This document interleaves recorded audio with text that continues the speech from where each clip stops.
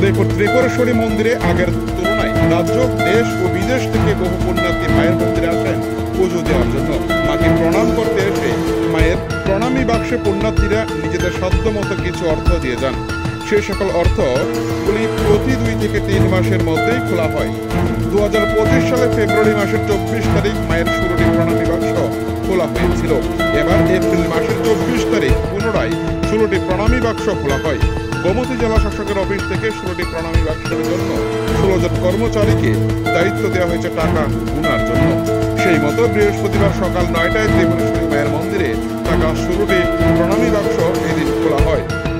গোটা বিষয়টি নিয়ে গোমতী জেলা শাসক অফিসের এক আধিকারিক কালিদাস ঘোষ জানান, রাজ্য ছাড়িয়ে দেশ এবং বিদেশে রয়েছে মায়ের ভক্ত। ভক্তরা এবার নেপাল, বাংলাদেশ, আমেরিকা সহ আরও বিভিন্ন দেশ থেকে ছুটে আসছেন মাকে প্রণাম করার জন্য। তারা নিজেদের মতো করে সেই বিদেশি টাকা মাকে প্রণামী হিসাবে দিয়ে যাচ্ছে, যা আজকের দিনে খুঁজে পাওয়া গিয়েছে এই প্রণামী বাক্সগুলিতে। সব মিলিয়ে করা নিরাপত্তা বলয়ের মধ্য দিয়ে মায়ের প্রণামী বাক্সের টাকা এদিন গণনা করা হয়।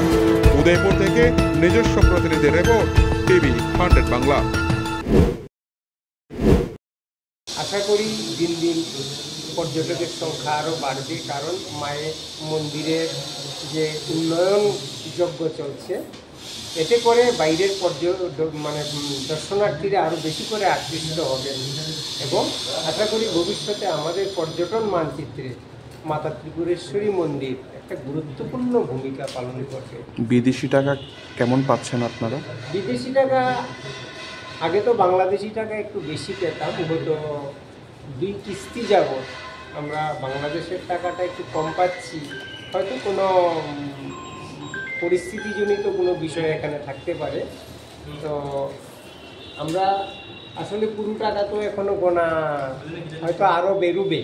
হ্যাঁ, টাকা গোনা শেষ হলে হয়তো আরও বিদেশি টাকা। কতক্ষণ সময় লাগবে শেষ হতে? 8টা-9টা বেজে যাবে আজকে রাত। হ্যাঁ, রাত্র 8টা-9টা বেজে। কি নাম আপনার এবং কোন পোস্টে আছেন? Kalidas Ghosh, deputy collector, DM office, Gomti.